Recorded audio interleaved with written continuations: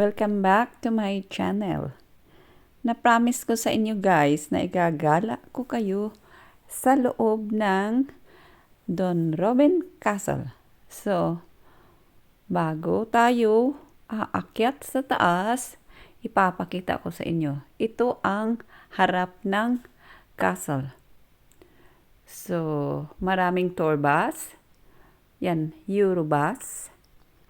Yung isa ay Scotland. Yung isa hindi ko nakita yung pangalan. Basta maraming nagtutour dito. Groups.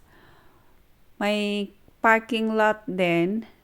Punong-puno ng cars. Kaya doon sa gilid-gilid na lang ang iba nakaparada. So ito ang entrance. Kailangan mo na bibili ng ticket. Ayun, dito mag-umpisa ang pila. Di pwede makapasok ang hindi magbayad. Ayun. Pila muna kami at bibili ng ticket. Ayun. Bising-busy. Maraming tao sa loob. Yan. May clock room kasi di pwede dalhin yung mga malalaking bags, mga backpacks, kailangan iiwan dyan. Ang prices pala guys ng kanilang ticket ay makikita sa kanilang website.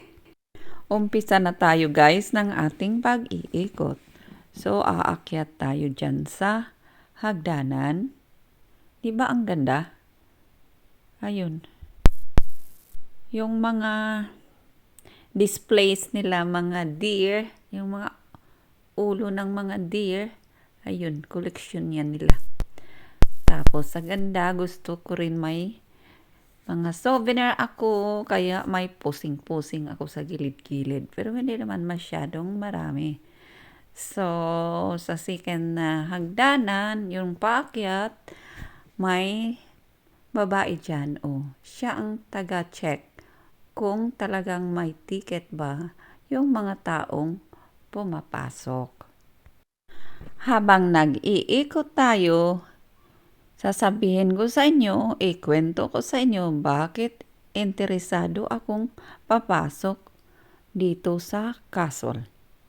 First time ko ito na makapasok ng castle na hindi ruin, yung may nakatira pa.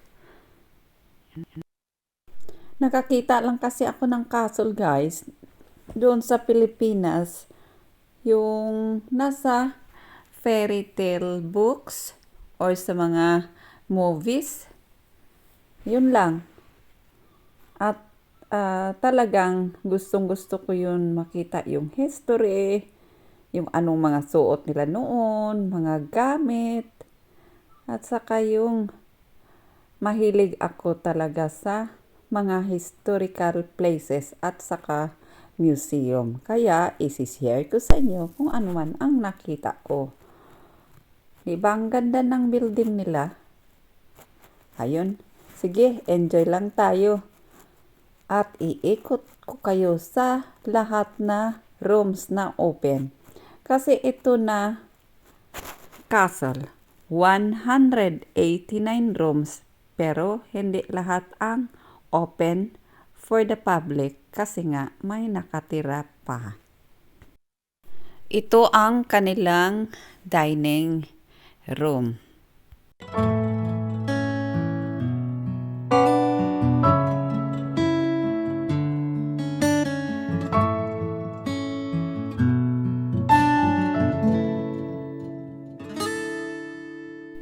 Ito naman yun guys, ang kanilang music room. Marami tayong makikita na mga musical instruments at may dalawang young lady na nagtugtog ngayon.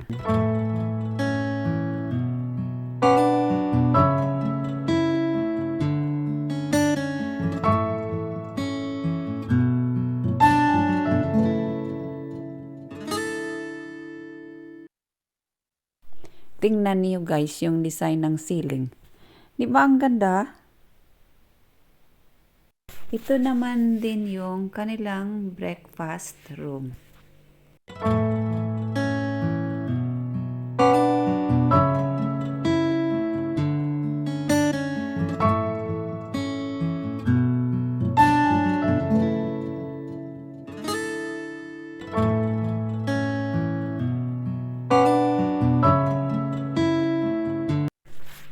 ang drawing room.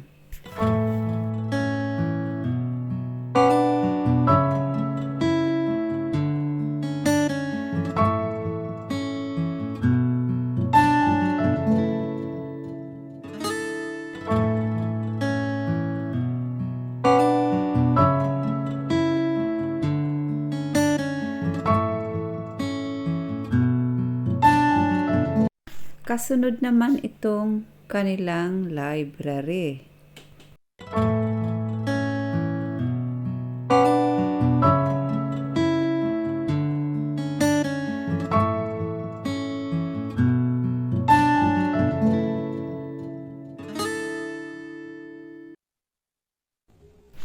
At ito yung ladies sitting room. Papunta na tayo guys sa pinakaluma na party dito sa castle. Ito ang unang room na makita natin.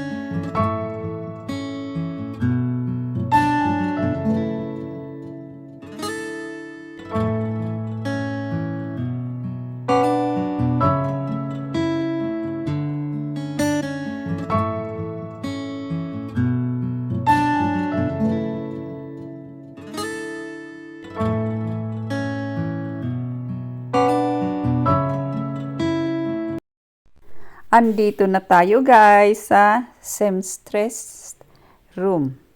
Yung haunted room dito sa castle. Ang seamstress, yan siya ang gumagawa ng kanilang mga damit. Kaya dito sa room na ito, makikita natin yung iba't ibang klaseng damit at may sewing machine. According to the story, nabasa natin dyan, dito rin kinulong yung babae na nagmulto dito sa castle.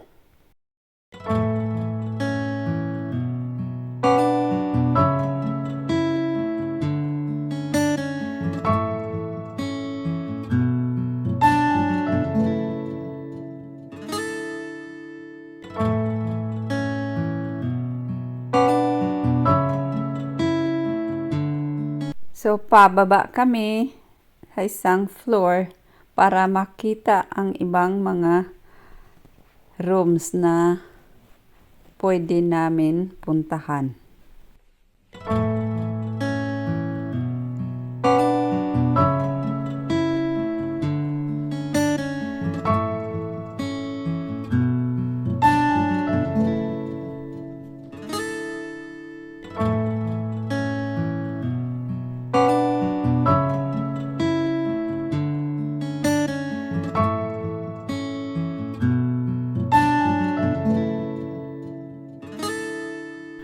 May nabasa ako guys online tungkol dito sa haunted room ng castle. Siya ay isang psychic. Nagsulat siya tungkol sa kanyang experience dito. Wala daw niya na feel na may multo doon sa seamstress room. Pero dito daw sa military room, iba daw ang feeling niya. Ang sabi niya may nakita siya dito.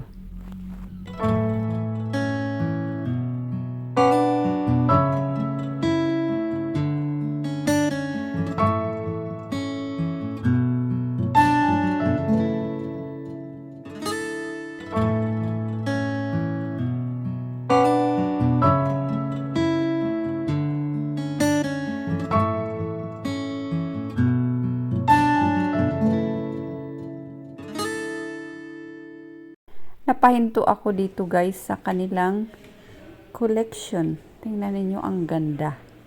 At ito ang history. Pwede ninyo basahin. Pababa na kami guys. Pabalik kami sa ground floor.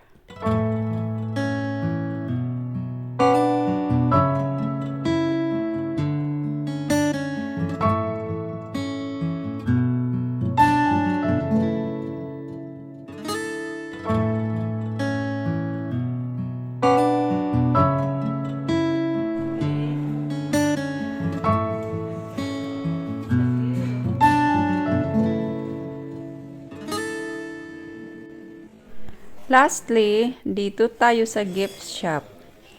Maraming binibinta dito guys, mga souvenirs, cards, mga snacks.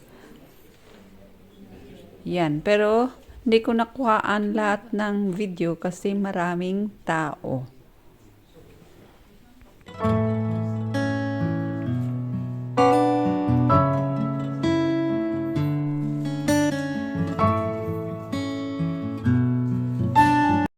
At dito nagtapos ang tour namin. Time to go home na. Thanks for watching. Bye-bye.